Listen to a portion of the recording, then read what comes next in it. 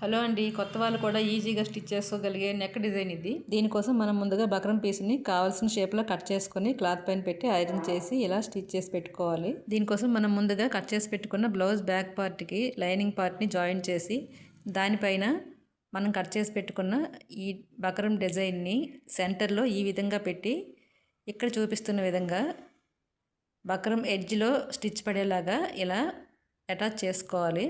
ఇలా అటాచ్ చేసుకున్న తర్వాత మనం వేసిన స్టిచ్కి ఒక పావించి దూరంలో ఇలా నెక్ లోపలి భాగాన్ని అంతా కట్ చేసి తీసేయాలన్నమాట.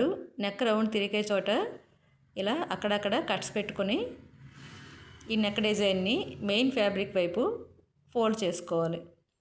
ఇక్కడ చూపిస్తున్న విధంగా ఈ విధంగా మెయిన్ ఫ్యాబ్రిక్ వైపు ఫోల్డ్ చేసుకోవాలి. ఇలా ఫోల్డ్ చేసుకున్న తర్వాత ఈ డిజైన్కి ఎడ్జ్లో ఇలా మరో స్టిచ్ వేసుకోవాలి.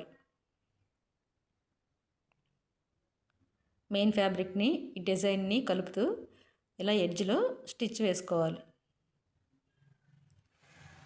ఈ వీడియో నచ్చితే ఒక లైక్ చేయండి, ఛానల్ని సబ్స్క్రైబ్ చేసుకోండి. ఇలా స్టిచ్ చేసిన తర్వాత మనకి నచ్చిన లేస్ని తీసుకొని ఇలా ఎడ్జ్లో జాయింట్ చేసుకోవాలి.